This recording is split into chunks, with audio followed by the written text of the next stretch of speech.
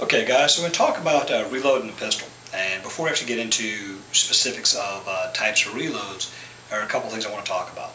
One is, where do we position the gun to perform a reload?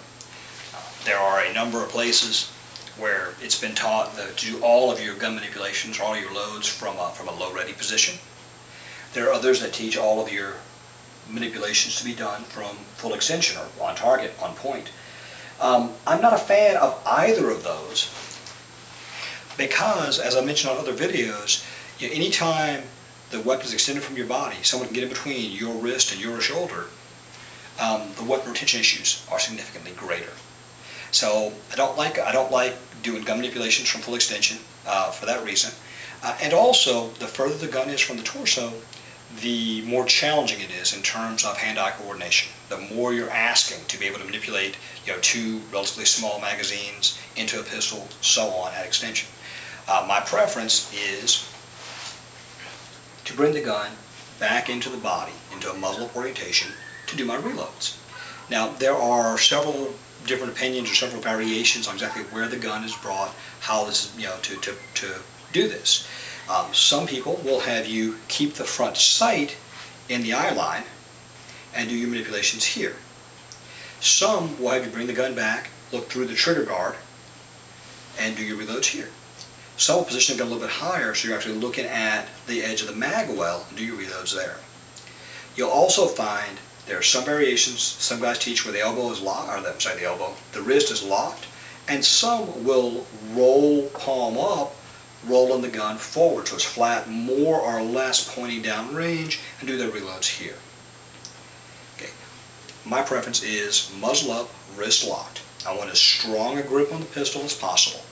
So my wrist is locked down on the gun. I've rolled the mag well inboard, and I'm looking across my knuckles or through the trigger guard. So I tend to be looking through this area, keeping my head up, see what's going on, performing my reloads here. One of the other benefits, besides having better hand-eye coordination, better dexterity close to the body, the locked wrist, better weapon retention aspect there, also the ability to move. If my gun is not working, I need to be moving, certainly. And the ability to get this gun reloaded while I'm moving as quickly as I can is important. By going with a muzzle-up structure, I'm able to do that. I can move quickly, not point my gun all over the environment, and work on the pistol. Whether it's a stoppage, whether it's a reload, all of that can happen while I'm moving. If I have the gun at extension and I go to move quickly, I'm going to cover a lot more of the environment. And if I'm working one of these positions where I'm going palm up, keeping the muzzle pointed ahead, the same problem. Again, a weak structure on the gun. I've got poor physical control, and covering the environment, covering people in the environment with the muzzle.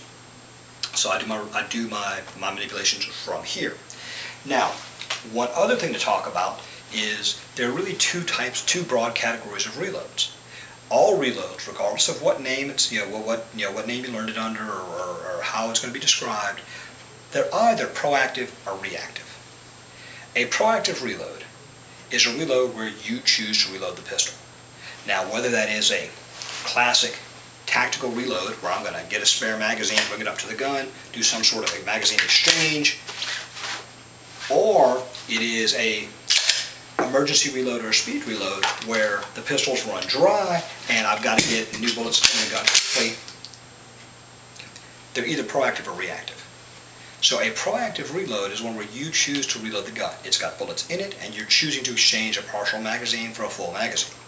A reactive reload is one where the gun's not working. It no longer has bullets in it and you've got to put bullets into it, what is commonly known as a speed reload or emergency reload.